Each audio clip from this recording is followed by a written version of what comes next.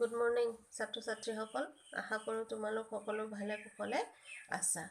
যে আমি আজি আন এটা পাঠৰ বিষয়ে কিছু আলোচনা কৰিম। সেইটো হৈছে ভাৰতীয় আদৰ্শত বৈৰাগ্য।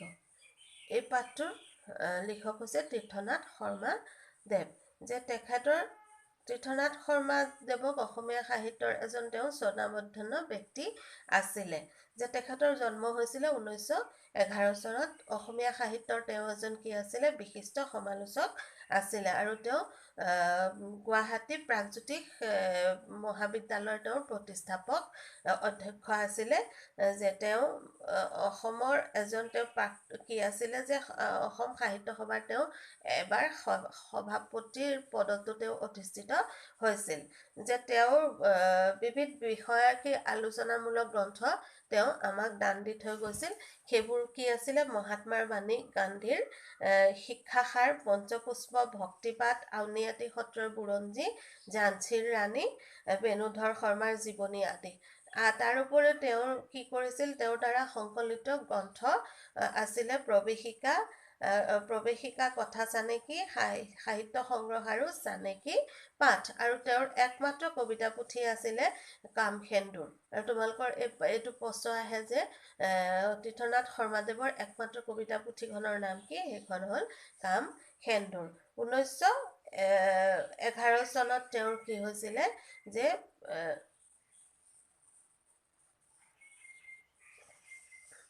তেওঁৰ জন্ম হৈছিল। যে এতিয়া আমি পাঠটোৰ বিষয়ে কিছু কথা আলোচনা কৰিম। যে প্ৰবন্ধকাৰ তীৰ্থনাথ শৰ্মাদেৱে কি কৰিছে, ভাৰতীয় আদৰ্শত বৈৰাগ্য প্ৰবন্ধটোত প্ৰথমতেই কৈছে যে ভাৰতীয় আদৰ্শত ত্যাগ আৰু বৈৰাগ্যৰ স্থান কি অতি উচ্চ বুলি, এখন ওখ আসনত কি বৈৰাগ্যই অধিষ্ঠিত হৈ আছে বুলি কৈ তেওঁ কি কৈছে যে ত্যাগ বা বৈৰাগ্যৰ তেওঁ ব্যাখ্যা দাঙি ধৰিছে। যে তেওঁ উত্থাপন কৰিছে ত্যাগ বা বৈৰাগ্য এটা কি বুলি, যে বিশেষ মনোধৰ্ম বুলি তেওঁ কৈছে। তেওঁ কৈছে যে ত্যাগ বুলিলে প্ৰকৃতাৰ্থত থাকিও যিজনে সংযতভাৱে ভোগ কৰে বা সংবিভাজনৰ দ্বাৰা সমৃদ্ধিৰ দ্বাৰা সদ্গতি ঘটায় তাকে যে পালেও এজন মানুহে কিবা পালেও সেইখিনিক নিৰাসক্তভাৱে যে জীৱন কটাব পৰাকেই তেওঁ প্ৰকৃত যে কৰ্ম তেওঁৰ নিহিত হৈ থাকে বুলি কৈছে। এইদৰে পালেও নিৰাসক্ত হৈ যিজনে জীৱন নিৰ্বাহ কৰে তাকে প্ৰকৃত ত্যাগ বুলি তেওঁ কৈছে। আৰু সেয়েহে যে ভাৰতীয় আদৰ্শত কি কৰা হৈছে যে ত্যাগক অতি উচ্চ আসনত এখন দি থৈ গৈছে। যে ভাৰতীয় মানুহৰ জীৱন ধাৰণৰ আদৰ্শৰ সম্বন্ধেও, যে ভাৰতীয় মানুহৰ জীৱন ধাৰণৰ প্ৰণালীটো কেনেকুৱা তাৰ সম্বন্ধেও লেখকে কি কৰিছে আলোচনা কৰিছে। এই প্ৰসংগত আলোচনাত তেওঁ এটা বিশেষ কথাৰ অৱতাৰণা কৰিছে। যে যেতিয়া উপনিষদৰ যুগত যে শিক্ষা সাংকৰি যেতিয়া ছাত্ৰসকল গাৰ্হস্থ্য জীৱনত প্ৰৱেশ কৰিবলৈ ঘৰলৈ যাবলৈ ওলাই, তেতিয়া গুৰুৱে কি কৰিছিল, বিদ্যাৰ্থীসকলক কিছু উপদেশৰ কথা দাঙি ধৰিছিলে।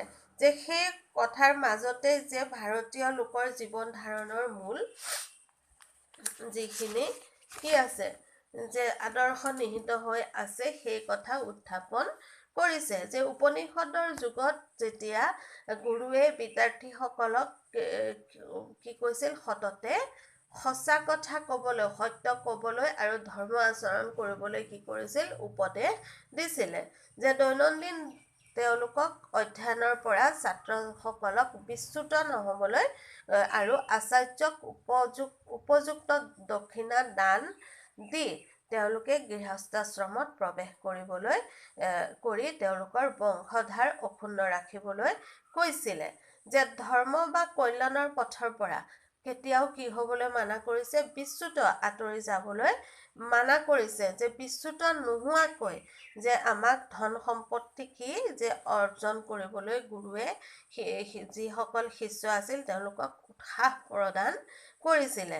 লগতে অধ্যয়ন আৰু অধ্যাপনা যে এই দুটা কাৰ্যকো কি কৰিছিল, যে অবিৰতভাৱে চলাই যাবলৈ উপদেশ দিছিল।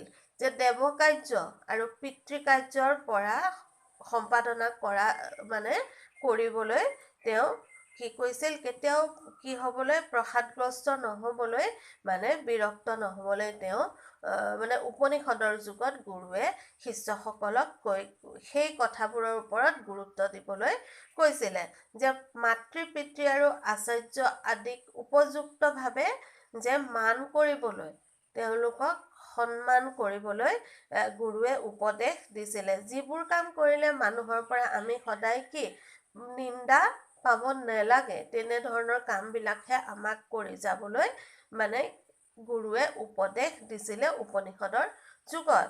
ডাঙৰৰ ভাল যিবোৰ মানে ভাল গুণ আছে, সেইখিনিক সদায় গ্ৰহণ কৰিবলৈ দিছে, আৰু বেয়াখিনিক সদায় কি কৰিবলৈ দিছে, পৰিহাৰ কৰিবলৈ কৈ গৈছে।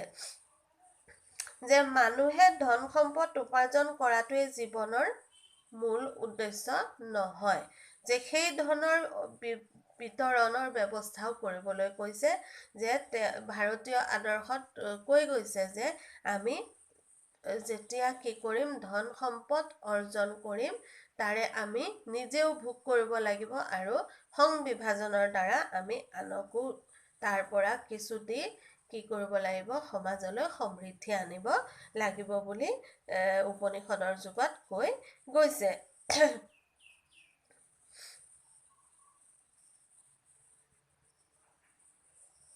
যে কি কৈছে, সেই ধৰণৰ বিতৰণ ব্যৱস্থা যে ভাল হ'ব লাগে, সেই কথাও যে তেওঁ ভাৰতীয় চিন্তাৰ আদৰ্শ দাঙি ধৰিছে।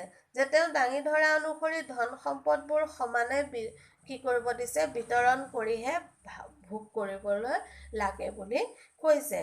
যে দান কেনেকৈ কৰিব লাগে, সেই সম্পৰ্কেও গুৰুসকলে বিদ্যাৰ্থীসকলক কি দিছিলে, যে যি উপদেশ এই প্ৰবন্ধটোত দাঙি ধৰিছে।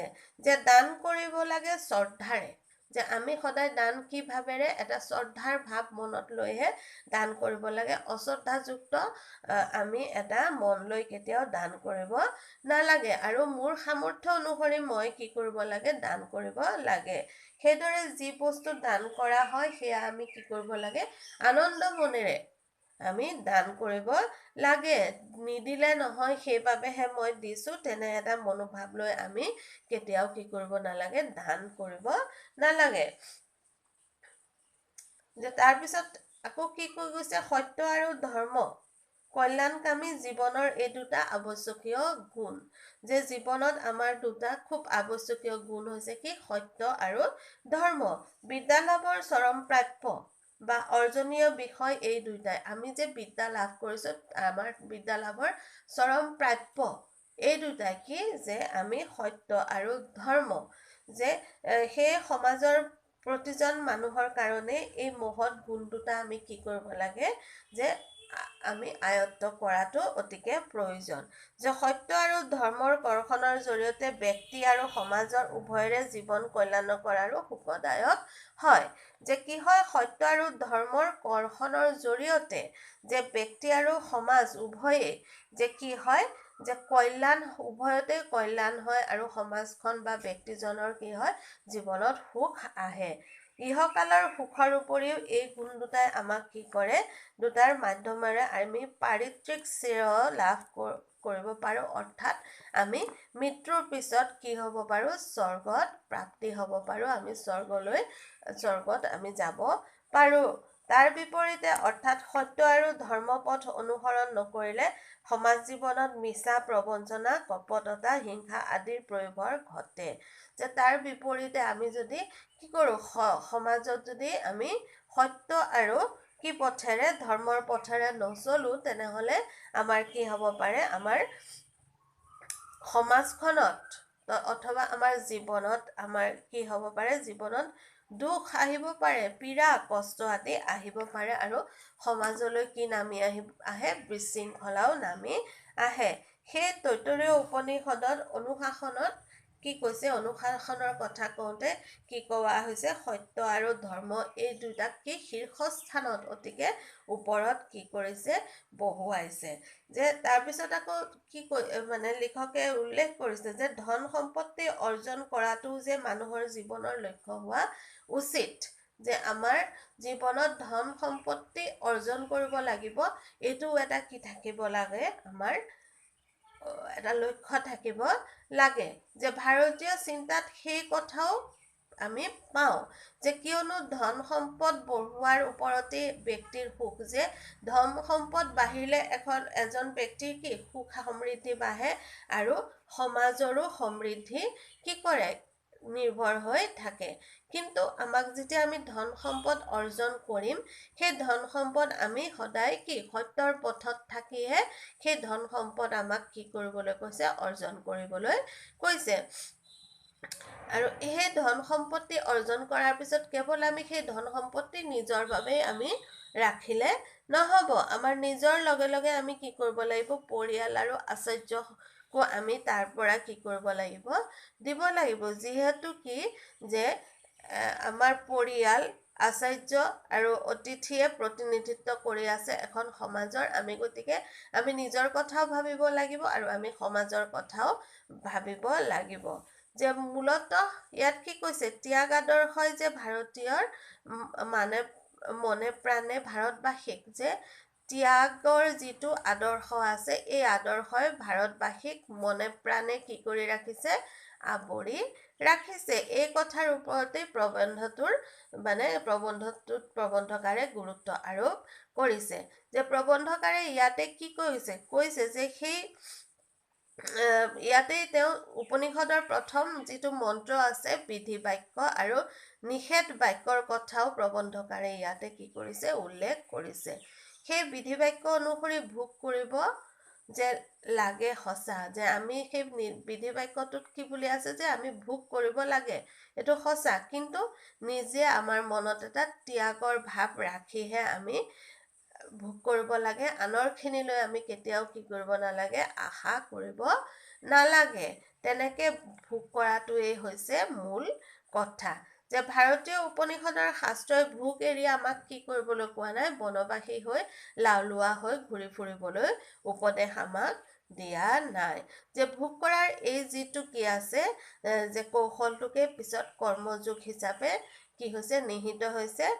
আৰু সেই কথাই প্ৰসংগক্ৰমে কি কৰিছে, লিখকে উনুকিয়াই গৈছে। যে শেষত প্ৰবন্ধকাৰে উল্লেখ কৰিছে যে কামত লিপ্ত নোহোৱাকৈ আমি নিৰাসক্ত হৈ আমি কাম কৰিবলৈ শিকাটোৱেই হৈছে ভাৰতীয় আদৰ্শৰ মূল কথা বা কৰ্মযোগ বুলি তাকেই গীতাত কি কৰিছে, যে অভিহিত কৰা হৈছে। এইখিনিয়ে হৈছে তোমালোকৰ এই পাঠটোৰ মূল কথা।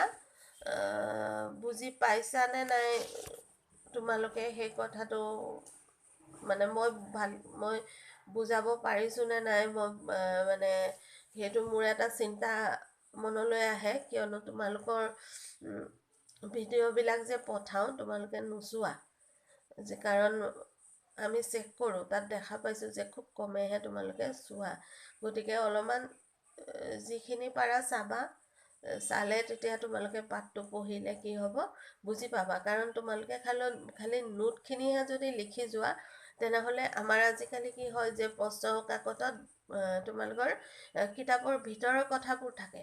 গতিকে তোমালোকে যদি বস্তুবোৰ নোচোৱা বা কিতাপখন নপঢ়া, তেনেহ'লে কিন্তু তোমালোকৰ কি হ'ব, পৰীক্ষাত অসুবিধা হ'ব। গতিকে তোমালোকলৈ মোৰ আশা থাকিল বা মই তোমালোকক অনুৰোধহে কৰিলোঁ যে তোমালোকে চাবা ভিডিঅ'বিলাক। চালে তেতিয়া কি হ'ব, তোমালোকে বুজি পাবা। কুশলে থাকা, ঘৰতে থাকা। আজিলৈ আহোঁ।